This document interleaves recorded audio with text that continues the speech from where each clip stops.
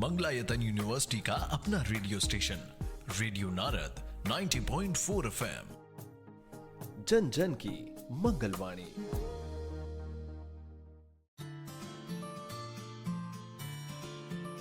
नमस्कार दोस्तों, आप सुन रहे हैं आपका पसंदीदा सामुदायिक radio station radio Narad 90.4 FM और मैं हूं आपके साथ आपकी आरजे याशी। दोस्तों, जरा सोचिए, अगर हमारी थाली में हरी सब्जियां, दालें और दूध जैसी चीजें गायब हो जाएं, तो क्या होगा?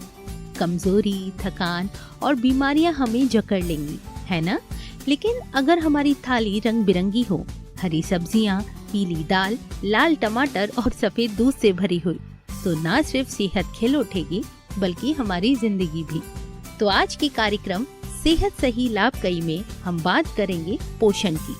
पोषण यानी स्वस्थ जीवन की असली चाबी की।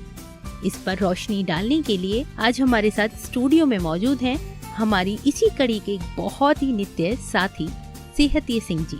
सेहती जी, एक बार फिर से आपका बहुत बहुत स्वागत है। मुझे आपकी बात ये बहुत अच्छी लगती है कि आप हर बार नया थीम लेकर आती हैं हमारे श्रोताओं के लिए, और इस बार तो सबसे जरूरी पोषण। अगर हम पोषण अच्छा देना शुरू कर दें तो आधी बीमारियां ऐसे ही कम हो सकते हैं। बिल्कुल सही कहा आपने। हमने सोचा, जब पूरे देश में राष्ट्रीय पोषण सप्ताह 2025 मनाया जा रहा है, तो हम अपने श्रोताओं को ये बताने से क्यों पीछे हटे। आरजे यासी जी, यही तो रेडियो की खूबी है कि आप अपने श्रोताओं को हर जरूरी जानकारी से हमेशा जोड़कर रखते हैं। पोषण की बात चल रही है तो मुझे अपने ही गांव की एक घटना याद आती है। हमारे गांव में एक नन्ही सी बच्ची है, त्रिशा, घर की इकलौती और सबकी लाडली। प्यार इतना ज़्यादा था कि घर के बड़े बुजुर्ग मना भी करते, मगर उनके माँ बाप और रिश्तेदार हर रोज उसे चॉकलेट, चिप्स, कुरकुरे और पैकेट वाले खाने ला ला कर खिलाते रहे। सोचिए, मासूम बच्ची जब खुश होकर खाती थी तो किसी ने रोकना ठीक नहीं समझा। लेकिन अचानक ही उस बच्ची के पेट में तेज दर्द शुरू हो गया और हालात ये हुई कि लगातार उल्टियाँ होने लगी। परिवार घबरा गया, डॉक्टर के पास ले गए। कई दिन इलाज चला। डॉक्टर ने साफ साफ कह दिया, अब इसे बाहर का जंक फूड बिल्कुल मत देना, वरना हालात और बिगड़ सकता है। देखा आपने, थोड़ा सा स्वाद, थोड़ी सी लापरवाही और बच्चे की सेहत के साथ कितना बड़ा खिलवाड़ हो जाता है। लेकिन हम अपने श्रोताओं को ये गलती बिल्कुल नहीं करने देंगे। जी, चलिए बिना देरी करे अब राष्ट्रीय पोषण सप्ताह की बात करते हैं, और इसका थीम है सही आहार बेहतर जीवन, यानी eat right for a better life. बिल्कुल ठीक। तो आप हमारे श्रोताओं को सही से बताएं कि सही आहार का मतलब आखिर क्या है और ये हमारे जीवन को कैसे बेहतर बनाता है। सच कहूँ तो पोषण का विषय हर परिवार के लिए उतना ही जरूरी है जितना घर की नींव। बिना सही पोषण के कोई भी बच्चा, कोई भी इंसान अपने जीवन में आगे नहीं बढ़ सकता है। ये तो आपने बिल्कुल ठीक कहा सेहतिया भैया। लेकिन सबसे पहले यही जानना चाहूंगी कि राष्ट्रीय पोषण सप्ताह क्यों मनाया जाता है और इसकी शुरुआत कब से हुई थी। जी देखिए, राष्ट्रीय पोषण सप्ताह भारत में हर साल 1 से 7 सितंबर तक मनाया जाता है। इसकी शुरुआत 1982 में हुई थी और तब से लगातार इसका उद्देश्य लोगों को जागरूक करना है कि सही आहार, संतुलित खान पान और पोषण से ही स्वस्थ जीवन संभव है। इस साल 2025 का थीम है eat right for a better life. इसका मतलब यह है कि अगर हम सही खान पान अपनाएंगे तो न केवल बीमारियों से बचेंगे बल्कि अपने जीवन में गुणवत्ता भी बेहतर करेंगे। वाह, बहुत ही बढ़िया सेहती है भैया। लेकिन भैया, जब हम पोषण की बात कर ही रहे हैं तो अक्सर सुनते हैं कि यहाँ भारत में बच्चों में कुपोषण की एक बड़ी समस्या है। क्या आप इस पर कुछ रोशनी डालेंगे? हाँ आरजे यासी जी, बिल्कुल। भारत में कुपोषण अभी भी एक गंभीर चुनौती है। राष्ट्रीय परिवार स्वास्थ्य सर्वेक्षण 5 यानी NFHS 5 के आंकड़े हमें बताते हैं कि 5 साल से कम उम्र के बच्चों में 35.5% के बच्चे स्टैंड यानी कम लंबाई के हैं। 19.3% बच्चे वेस्टेड यानी उनका वजन कम है और 32.1% बच्चे अंडर वेटेड हैं। यही नहीं, एनीमिया यानी खून की कमी भी बहुत बड़ी समस्या है। 6 महीने से 5 साल तक के 67% बच्चे, 59% किशोरियाँ और लगभग 57% महिलाएं एनीमिया से पीड़ित हैं। ओह, ये तो सचमुच चिंता की बात है। तो क्या इसका असर सिर्फ शरीर पर होता है या पढ़ाई लिखाई और कामकाज पर भी पड़ता है? जी बिल्कुल, असर तो पड़ता है। कुपोषण से बच्चे शारीरिक और मानसिक विकास दोनों प्रभावित होता है। वे जल्द बीमार पड़ते हैं, उनका पढ़ाई में मन नहीं लगता और आगे चलकर वे समाज और देश के प्रगति में पूरा योगदान नहीं दे पाते हैं। एक कुपोषित बच्चा बड़ा होकर भी कमजोर रहता है और अक्सर बीमार रहता है। ठीक है। अब ये भी बताइए भैया कि सही पोषण का मतलब क्या है? हमारी थाली में आखिर क्या क्या रहना चाहिए? बहुत अच्छा सवाल। भारतीय चिकित्सा अनुसंधान परिषद यानी ICMR ने इसके लिए गाइडलाइन दी है कि सबसे पहले हमें समझना होगा कि हमारे थाली संतुलित होने चाहिए। इसमें 3 बड़े हिस्से जरूरी हैं। पहला, कार्बोहाइड्रेट जैसे कि चावल, रोटी, आलू और अनाज जो हमें ऊर्जा देती है। अरे सेहती भैया, प्रोटीन का भी तो बताइए और विटामिन का। हाँ बताता हूँ। एक तो तुम्हारे अंदर सब्र नाम का चीज नहीं है, तो श्रोताओं, दूसरा प्रोटीन जैसे दाल, अंडा, दूध, मछली और मांस जो शरीर की मरम्मत और विकास में काम करता है। और तीसरा, विटामिन और मिनरल्स जो फल और सब्जियों से मिलता है, जो हमें बीमारियों से बचाता है। ये सब तो काफी अच्छी जानकारी है सेहतिया जी। लोग सोचते हैं कि तेल और घी से मोटापा और हृदय की बीमारी होती है, और खैर हमारा मन तो बिना चटकारे खानों से मानता ही नहीं है। हाँ भाई, ये तो बड़ी समस्या है। कभी कभी तो चल जाता है, पर हमारे रोजमर्रा की थाली में थोड़ा मात्रा में तेल घी भी हो सकता है, लेकिन ज्यादा नहीं। नमक 6 ग्राम से ज्यादा नहीं होनी चाहिए, और सबसे जरूरी रोजाना पर्याप्त मात्रा में पानी पीनी चाहिए। तो हर इंसान को दिन भर में लगभग कितना कैलोरी लेना चाहिए? एक औसत वयस्क को दिन भर में 2000 से 2500 कैलोरी की जरूरत होती है, लेकिन ये उम्र, लिंग और काम की अनुसार बदलता है। अच्छा सेहतिया जी, इतना सब कुछ आपने बताया है, तो ये भी हो सकता है कोई सही मात्रा में ना ले रहा हो पोषण, तो सभी पोषण अंगों का कितना भाग होना चाहिए? प्रोटीन लगभग 50 ग्राम होनी चाहिए। कार्बोहाइड्रेट की कुल ऊर्जा का 55 से 60% होनी चाहिए, और वसा यानी फैट 30% से ज़्यादा नहीं।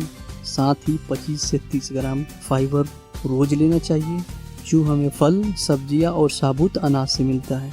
वाह भैया, अब ये तो सबके लिए बड़ी उपयोगी जानकारी है। लेकिन क्या सिर्फ संतुलित आहार से ही सब ठीक हो जाएगा? सरकार भी तो कोई कार्यक्रम चला रही होगी ना इस पर? जी बिल्कुल, सरकार के कई महत्वपूर्ण कार्यक्रम है, जैसे एनीमिया मुक्त भारत यानी AMV। इसका लक्ष्य है बच्चों, किशोरियों और महिलाओं में एनीमिया कम करना। इसके लिए आयरन, फोलिक एसिड की गोलियां दी जाती है, समय समय पर कीड़े की दवा दी जाती है और जागरूकता फैलाई जाती है। दूसरा है राष्ट्रीय कृमि मुक्त दिवस यानी NDD। इसमें स्कूलों और आंगनबाड़ी केंद्रों में मध्यम के बच्चों को साल में 2 बार एल्बेंडाजोल की गोली दी जाती है, ताकि उनके पेट में कीड़े ना पनपे। और वो MAA माँ करके एक प्रोग्राम भी तो है ना वो? अरे हाँ भाई, वो भी बता रहा हूँ। माँ का स्नेह यानी MAA कार्यक्रम। इसका मकसद है कि हर बच्चा जन्म के तुरंत बाद माँ का दूध पीना शुरू करे और 6 माह तक सिर्फ माँ का दूध पिए। और लैक्टेशन मैनेजमेंट सेंटर्स यानी LMC, यहाँ बीमार या समय से पहले जन्मे बच्चों के लिए माँ का दूध सुरक्षित रूप से उपलब्ध कराया जाता है। तीसरा, पोषण पुनर्वास केंद्र NRC। ये ऐसे बच्चों के लिए है जो गंभीर कुपोषित से पीड़ित हैं। यहाँ उन्हें इलाज और पोषण दोनों दिए जाते हैं। सेहतिया भैया, आप एक और भूल रहे हैं, विटामिन A वाला एक प्रोग्राम था ना कुछ? अरे हाँ भाई, वहाँ भी पहुँच ही रहा हूँ। और आखिरी, विटामिन A सप्लीमेंटेशन 5 साल से छोटे बच्चों को हर 6 महीने पर विटामिन ई की खुराक दी जाती है। वाह सेहतिया भैया, आपने तो सारी जानकारी एक साथ ही दे दी। लेकिन हमारे गांव के लोग अक्सर कहते हैं कि फल और सब्जियां महंगी होने लगी हैं, तो क्या पोषण सिर्फ अमीरों के लिए है? नहीं जी, ऐसा बिल्कुल नहीं। पोषण हर किसी के लिए है। हमारी लोकल और मौसमी चीज जैसे चना, मूंगफली, दाल, गुड़ और हरी सब्जी और मौसमी फल, ये सब बहुत पौष्टिक होते हैं और ज़्यादा महंगे भी नहीं है। जरूरी है कि हम इन्हें रोज की थाली में शामिल करें। बहुत बढ़िया सेहतिया जी। हमारे गांव और मोहल्लों में लोग पोषण को लेकर तरह तरह की बातें करते हैं। कई बार समझ नहीं आता कि क्या सही है और क्या गलत। क्यों ना आप हमारे श्रोताओं के कुछ आम मिथकों की सच्चाई बता दीजिए। बिल्कुल, यही तो जरूरी है। चलिए कुछ बड़े मिथकों की परत खोलते हैं। हाँ, सबसे पहले तो यही सुना है कि गर्भवती महिलाओं को ज्यादा खाना चाहिए, चाहे जैसा भी हो। देखिए, यह पूरी तरह गलतफहमी है। दरअसल गर्भवती महिलाओं को ज्यादा नहीं बल्कि संतुलित और पौष्टिक भोजन चाहिए। अगर वो सिर्फ तली भुनी चीजें या सिर्फ चावल रोटी खाएंगी तो माँ और बच्चा दोनों कमजोर रहेंगे। थाली में हरी सब्जियाँ, दालें, दूध, फल और अनाज सब होना जरूरी है। ठीक है, अब दूसरा मिथक समझते हैं। लोग कहते हैं बच्चे को 6 महीने से पहले ही ऊपर का दूध या खाना देना चाहिए। अरे नहीं, WHO और भारत सरकार दोनों की गाइडलाइन साफ कहती है कि जन्म के पहले 6 महीने तक बच्चे को सिर्फ माँ का दूध ही देनी चाहिए। यही उनका सबसे अच्छा और पर्याप्त पोषण है। ना पानी, ना शहद, ना ऊपर का दूध, सिर्फ माँ का दूध। अब सुनिए तीसरा। लड़के को दूध, घी और फल ज्यादा देना चाहिए, वहीं लड़कियों को उतना जरूरी नहीं है। यही तो हमारी सबसे बड़ी भूल है। यह लैंगिक भेदभाव बच्चों की सेहत बिगाड़ता है। सच्चाई यह है कि लड़के और लड़कियां दोनों को बराबर पोषण चाहिए। किसी को कमजोर रखना मतलब पूरे परिवार और समाज को कमजोर करना। बहुत सही। लेकिन एक और मिथक है, मीठा और जंक फूड बच्चों की सेहत को नुकसान नहीं पहुंचाता, बस दांत खराब करता है। ऐसा कुछ है? नहीं जी, यह बड़ी खतरनाक सोच है।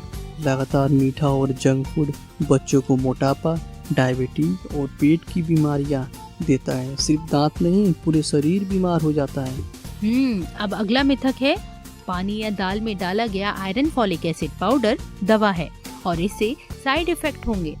बिल्कुल गलत। यह सुरक्षित पोषण सुधार तकनीक है। इसे खाने का स्वाद नहीं बिगड़ता और शरीर को जरूरी आयरन मिलता है। इससे बच्चों और महिलाओं में एनीमिया कम होता है। अच्छा ठीक है। एक और सुना है, खून की कमी सिर्फ औरतों को होती है, पुरुषों को नहीं। सेहती भैया, क्या ये भी सच है? यह भी एक गलतफहमी है। एनीमिया पुरुषों में भी होता है, बस दर महिलाओं और बच्चों में ज्यादा है। खून की कमी किसी को भी कमजोर बना सकता है। बिल्कुल ठीक कहा। और आखिरी मिथक, नाश्ता छोड़ने से वजन जल्दी कम होता है। ये तो सबसे बड़ा झूठ है। नाश्ता छोड़ने से शरीर थका थका रहता है और दिन भर इंसान ज्यादा खा लेता है। सच्चाई यह है कि सही नाश्ता करने से ही वजन नियंत्रित रहता है और सेहत अच्छी रहती है। वाह सेहतिया जी, आपने तो आज पोषण से जुड़े सारे मिथक तोड़ दिए। मुझे लगता है हमारे श्रोता अब और ज्यादा जागरूक हो जाएंगे। अब अंत में आप हमारे श्रोताओं को क्या संदेश देना चाहेंगे इस राष्ट्रीय पोषण सप्ताह के मौके पर? यासी जी, मैं यही कहना चाहूँगा कि सही पोषण ही असली धन है।